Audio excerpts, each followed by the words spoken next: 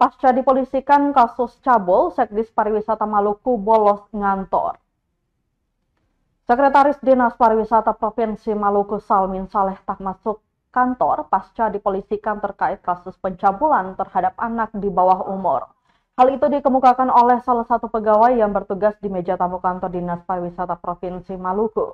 Terpisah, Kepala Dinas Pariwisata Provinsi Maluku Ahmad Jais Eli saat dikonfirmasi tribunambon.com juga membenarkan hal yang sama. Sebelumnya, Eli mengecam segala bentuk tindakan tak terpuji yang mencoreng nama baik instansi.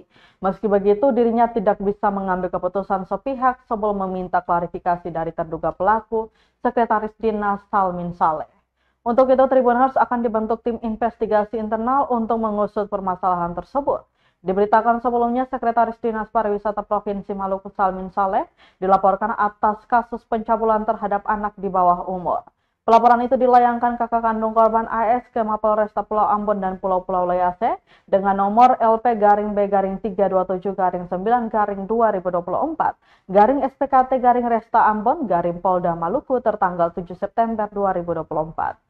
Kepada tribunambon.com, AS mengungkapkan adiknya, AK, mendapat perlakuan kekerasan seksual dari terduga pelaku sekitar pukul 7 pagi di ruangan kantor Dinas Pariwisata Provinsi Maluku, Jumat 6 September 2024. Hingga berita ini diterbitkan, tribunambon.com berupaya menghubungi Sekretaris Dinas Pariwisata Provinsi Maluku, Salmin Saleh, namun dirinya tidak membalas pesan maupun menjawab telepon WhatsApp.